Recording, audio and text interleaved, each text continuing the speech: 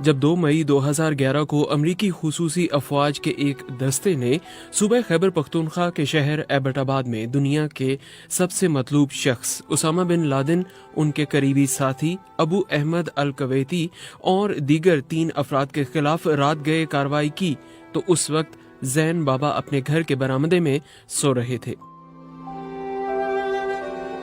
ये तहरीर और कहानी जैन बाबा नामी एबटाबाद के एक ऐसे बुजुर्ग की है जिन्होंने उसामा बिन लादेन के एबटाबाद में घर पर अमरीकी हमले की दास्तान BBC के साथ शेयर की। ये तहरीर है मोहम्मद जुबैर की और आप इसे उबैद मलिक की जुबानी सुन रहे हैं।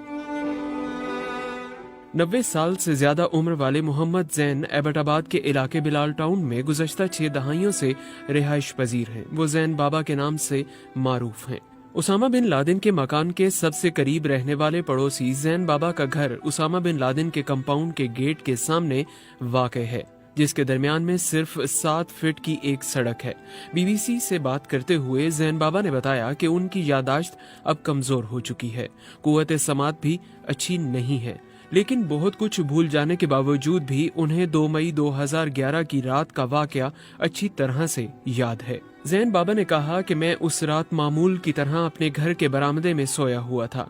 ये एक गर्म और अंधेरी रात थी। बिजली गायब थी कि यकदम कोई रात 12 साढ़े 12 बजे के करीब हेलीकॉप्टर की आवाजें सुनी। वो बिल्कुल मेरे घर की छत पर परवाज कर रहे थे, जिससे मेरी चादरें भी उड़कर पता नहीं कहाँ गई। जैन बाबा ने कहा कि ये कोई 3 हेलीकॉप्टर थे, जिनमें से एक डबल परों वाला था जबकि बाकी 2 दूसरे थे। वो बताते हैं कि इस दौरान परवाज करते हुए एक हेलीकॉप्टर कोठी की छत पर रुका था, जिसमें से वहां फौजी उतरे।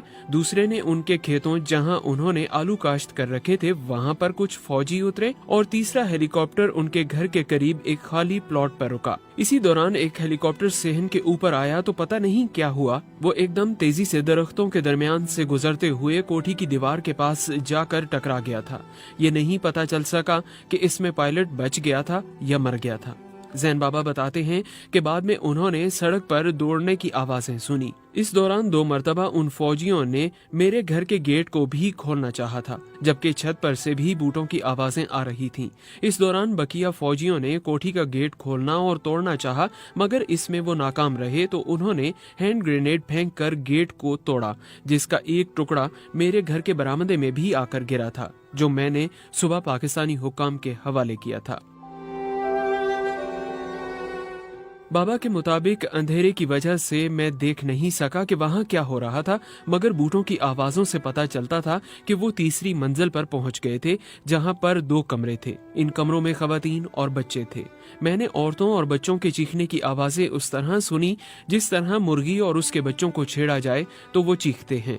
इन चीखों की आवाजें सुनकर मैं हिल गया था, मगर चंद ही लम्हों के बाद वो आवाजें आहिस्ता आहिस्ता बंद हो गई थी। जैन बाबा बताते हैं कि इसके बाद दोबारा बूटों की आवाजें शुरू हो गई। फौजियों ने हेलीकॉप्टर में बैठना शुरू कर दिया। मुझे किसी बंदूक की गोली की आवाज नहीं सुनाई दी थी। हाँ, जब वो जा रहे थे तो हेलीकॉप्टर तबाह करने का जोरदार धमाका जरूर हुआ था। वो अभी उड़े ही होंगे कि पुलिस मौके पर पहुंच गई, जिसने इलाके के चारों अतराफ खड़े लोगों को हटाना शुरू कर दिया। उसके बाद फौज भी वहां पहुंच गई, जिसने लाशों को निकाला, औरतों और बच्चों को गाड़ियों में बिठाया और फिर वहां चौकियां कायम करके 1 साल तक मौजूद रहे। जैन बाबा का दावा है कि इस मकान में 2 चचाजाद भाई अपने खानदान के हमरा रिहाइश पजीर थे और हमले में वो हलाक हुए थे। जैन बाबा ने बताया कि इस मकान में रहने वाले मर्द अरशद खान, जिसे वो बड़ा खान कहते थे, और तारिक खान, जिसे वो छोटा खान कहते थे, दोनों से ही उनके करीबी ताल्लुकात थे। 8 साल बाद एबटाबाद के इस इलाके बिलाल टाउन का नक्शा काफी हद तक बदल गया है। जैन बाबा कहते हैं कि इस इलाके में अब मुश्किल से 1 आधा रिहायशी प्लॉट ही खाली नजर आता है। जो घर 2011 में ज़ेरे तामीर थे अब वो आबाद हो चुके हैं, जबकि उसामा बिन लादेन के कंपाउंड के करीब भी मकान तामीर हो चुके हैं। जैन बाबा बड़े खान और छोटे खान को याद करके कहते हैं कि इस घर में कोई 8 बच्चे, दोनों की बीवियां और एक बहन थी। बच्चों को कभी बाहर निकलते नहीं देखा। हैरत होती थी कि ये कैसे बच्चे हैं जो खुद भी बाहर निकलने और खेलने कूदने की जिद नहीं करते थे। घर से कभी किसी किस्म का शोर शराबे की आवाजें नहीं सुनाई दी थी।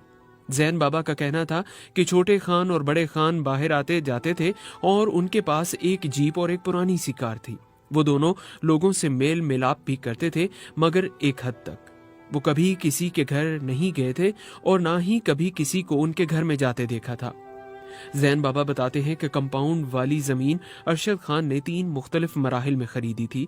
पहले 3 कनाल, फिर 13 मरले और फिर 3 कनाल जमीन खरीदी गई थी। कंपाउंड का मजमूई हुजम 6 कनाल 13 मरले का है, जिसमें ज्यादातर इलाका खाली था और सिर्फ 5 मरले से कुछ ज्यादा रकबे में तामीरात का काम किया गया था।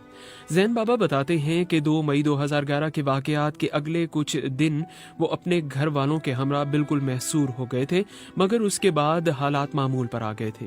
जैन बाबा के मुताबिक हमें कोई आने जाने से नहीं रोकता था, मगर बाहर के किसी और आदमी को इस इलाके में आने जाने की इजाजत नहीं दी जाती थी। अगले 1 साल जब तक कि कोठी गिराई नहीं गई, हमने बहुत मुश्किल से वक्त गुजारा। जैन बाबा का दावा है कि एक लंबे अरसे तक उनसे रोजाना की बुनियाद पर पूछगछ की जाती थी। जैन बाबा कहते हैं कि शुरू में रोजाना कोई न कोई आता और सवाल जवाब शुरू कर देता। जब उनसे जान छूटती तो फिर मीडिया वाले शुरू हो जाते थे। उन्होंने बताया कि पहले वो मकामी और गैर मकामी सहाफियों को बयान देते थे, मगर बार बार के सवालात से वो तंग आ गए थे। जैन बाबा ने कहा कि अब मेरी उम्र 92 बरस से ज्यादा होने लगी है, थक भी जाता हूँ और अब तंग भी हो गया हूँ। याद भी कम आ रहा है। 2 दिन से तुम्हारे साथ बात कर रहा हूँ, अब कुछ दिनों बाद आना तो कुछ और बताऊंगा। ये कहकर जैन बाबा उठ गए और अपने घर की तरफ चल पड़े, मगर जाते जाते वो ये कहना नहीं भूले कि अब वही रात दोबारा आने वाली है। ये तहरीर थी मोहम्मद जुबैर की, जिसे आपने उबैद मलिक की जुबानी सुना।